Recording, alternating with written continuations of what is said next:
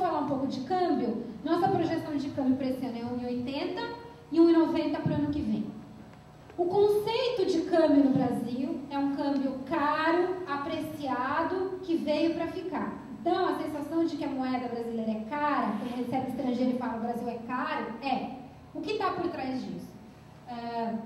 Duas variáveis. Primeiro, toda essa história que a gente está falando de Brasil. O Brasil é diferente, tem uma atração de capital enorme para o mundo e quando atrai capital, sua moeda fica cara.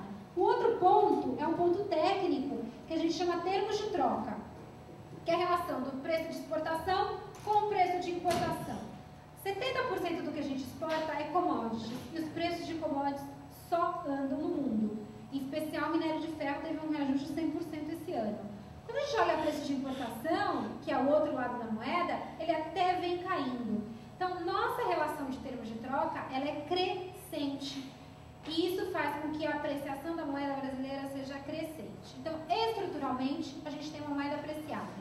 Portanto, nossa moeda deveria até ficar nos 1,75 e ir para 1,70, quem sabe 1,65.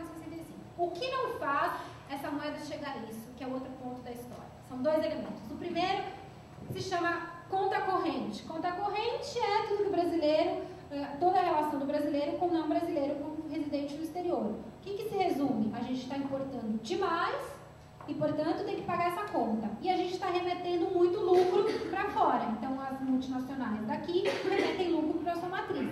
Isso faz com que o dinheiro saia. Como que fecha a conta? A conta fecha com financiamento externo, ou por investimento estrangeiro direto, ou por fluxo de portfólio. Ou seja, o dinheiro do estrangeiro que vem para investir em fábrica, em comprar uma empresa, ou o estrangeiro que vem aplicar na bolsa ou em renda fixa. Qual que é o problema? Num momento de dúvida, quando seca o capital no mundo, a gente não paga a conta. E aí, não pagar a conta, a nossa moeda tem um preço que é um preço depreciado. Então, o caráter de ter um déficit em transações correntes elevadíssimo, que a gente projeta em 2,5 e 2,6 o ano que vem, na verdade, está aqui o número, não é nem 2,5, é um pouquinho mais do que 2,5.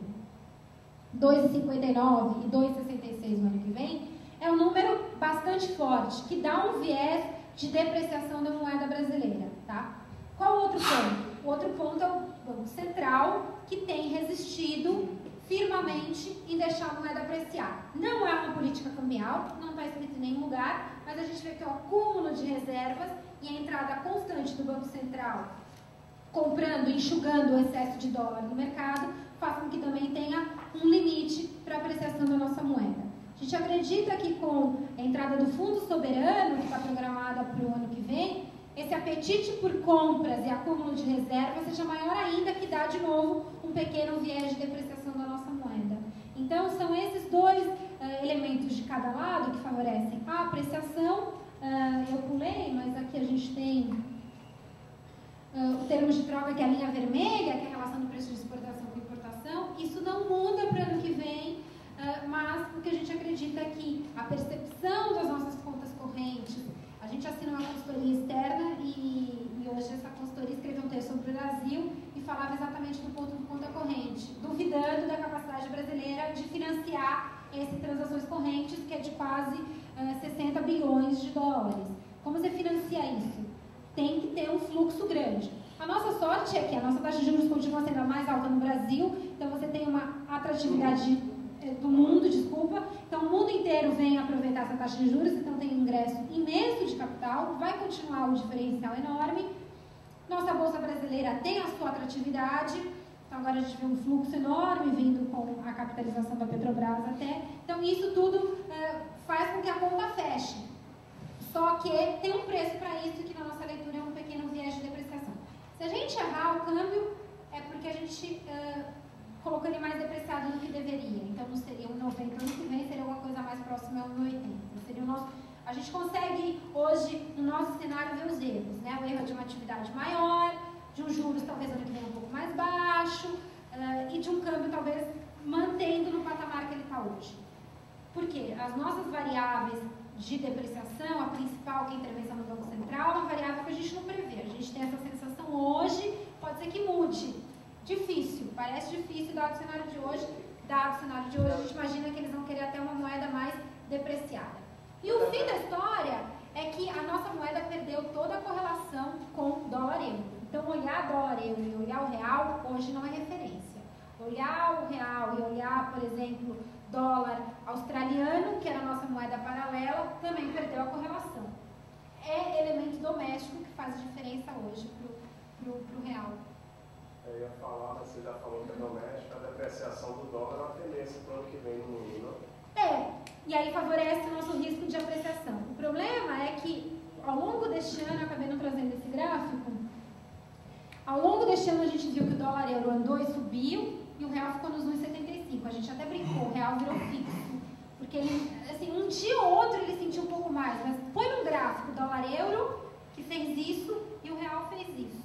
Então, a gente fez teste do real com o VIX, que é a medida de volatilidade do mundo. A gente testou o real com ativo de risco, para ver se ele captou a piora da percepção de risco no mundo. A gente correlacionou ele com o CRB, que é um índice de commodities, perdeu a correlação.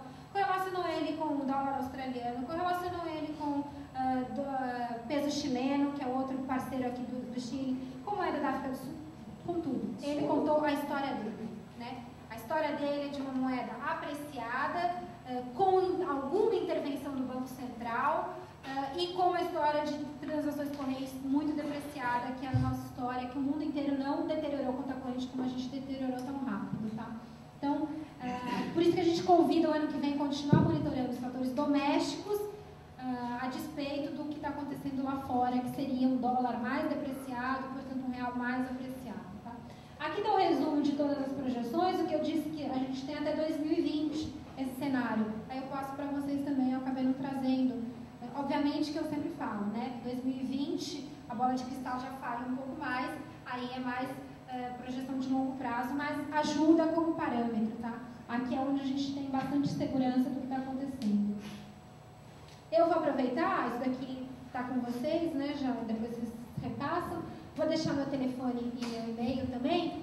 E, para quem não conhece, apresentar o nosso site, que é economiaemdia.com.br. Tem tudo que a gente produz, está lá.